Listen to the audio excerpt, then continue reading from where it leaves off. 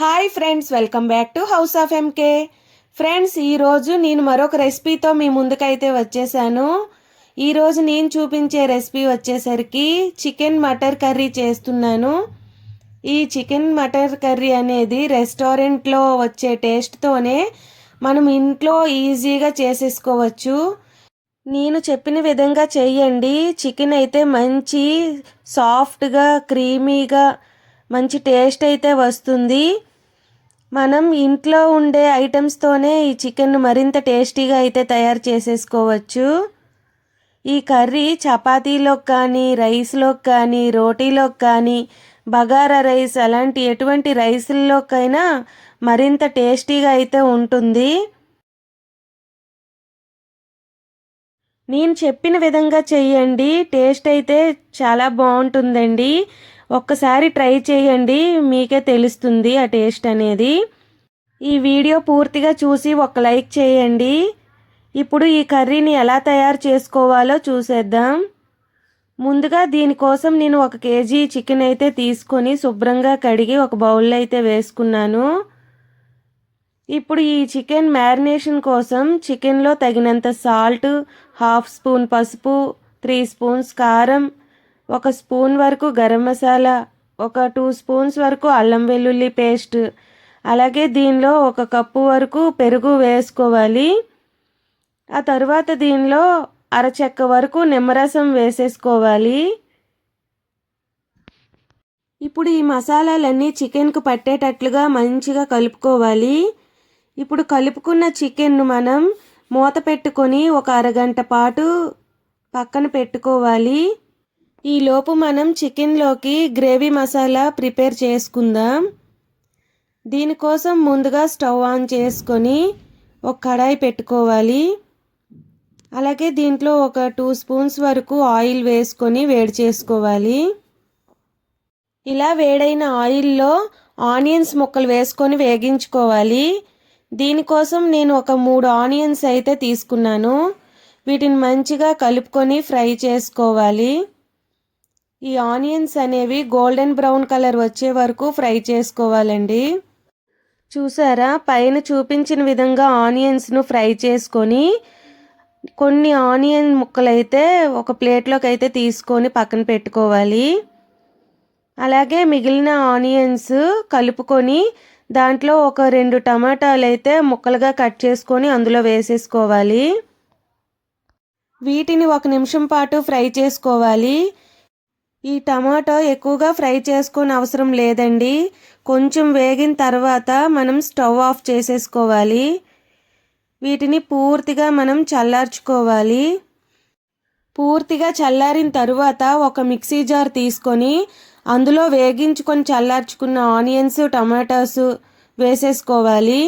అలాగే దీనిలో జీడిపప్పు, దాల్చిన చెక్క, లవంగాలు, యాలకులు, మిరియాలు, జీలకర్ర అన్నీ వేసుకొని గ్రైండ్ చేసి గ్రేవీ మసాలా రెడీ చేసి పెట్టుకోవాలి. ఆ తర్వాత అదే కడాయిలో మిగిలిన ఆయిల్లో 1 స్పూన్ వరకు నెయ్యి వేసుకొని వేడి చేసుకోవాలి. వేడైన తర్వాత మనం మ్యారినేట్ చేసి పక్కన పెట్టుకున్నాం కదండి, ఆ చికెన్ అంతా ఇందులో వేసేసుకోవాలి. దీనిని బాగా కలుపుకొని వేగించుకోవాలి. దీనిని మూత పెట్టుకొని కాసేపు ఉడికించుకోవాలి. ఈ చికెన్ ఉడుకుతున్నప్పుడే దీనిలో వాటర్ అయితే పైకి వచ్చేస్తుంది. ఈ చికెన్లో వాటర్తోనే చికెన్ సగం ఉడికిపోతుంది. ఇప్పుడు మనం దీనిలో 1 కప్పు గ్రీన్ పీస్ వేసుకోవాలి. నేను అప్పటికప్పుడు బీన్స్ ఒలిచేసి గ్రీన్ పీస్ తీసుకొని వేసుకున్నానండి.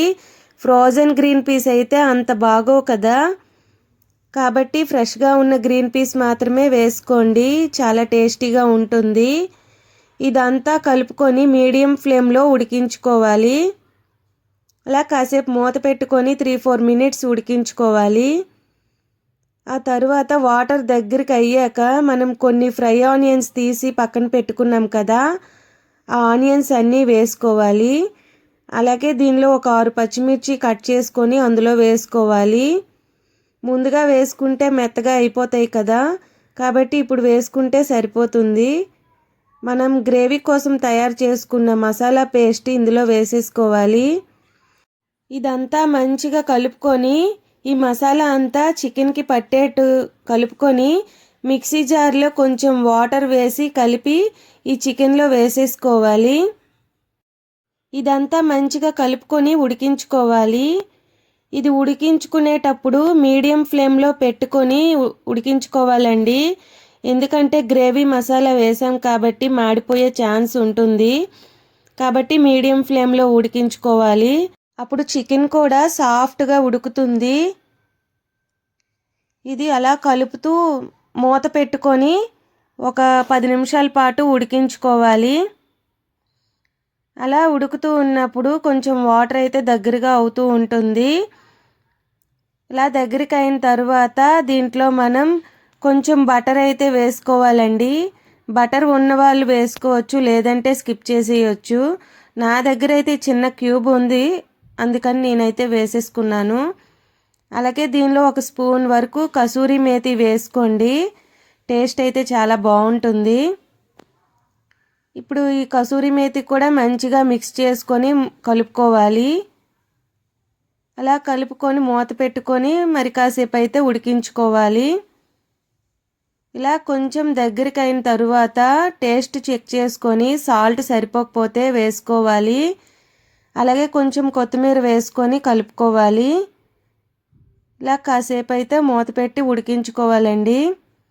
నేనైతే ఇందులో కొత్తిమీర కొంచెం ఎక్కువగానే వేసుకుంటాను. మా ఇంట్లో అందరికీ ఈ ఫ్లేవర్ అంటే ఇష్టమే. ఇది మీకు నచ్చితే వేసుకోవచ్చు, లేదంటే లేదు. ఇంకా ఈ గ్రేవీ అంతా దగ్గరికి అవుతుంది కదండి, మనము ఈ టైంలోనే కొంచెం స్టవ్ అయితే ఆఫ్ చేసేసుకోవాలి. ఎందుకంటే ఈ గ్రేవీ అనేది మరీ థిక్ అయిపోతుంది చల్లారే కొద్దీ. ఇంతేనండి, చికెన్ మటర్ కర్రీ అయితే రెడీ అయిపోయింది. నేనైతే రైస్లోకి ఈ కర్రీ అయితే వేసుకున్నాను. టేస్ట్ మాత్రం అదిరిపోయిందండి. ఒక గ్రేవీతోనే మనం ఈ రైస్ని తినేయచ్చు. మరి మీరు కూడా ఈ రెసిపీ ట్రై చేయండి. ఈ వీడియో నచ్చితే మీ ఫ్రెండ్స్ అండ్ ఫ్యామిలీ మెంబర్స్కి షేర్ చేయండి.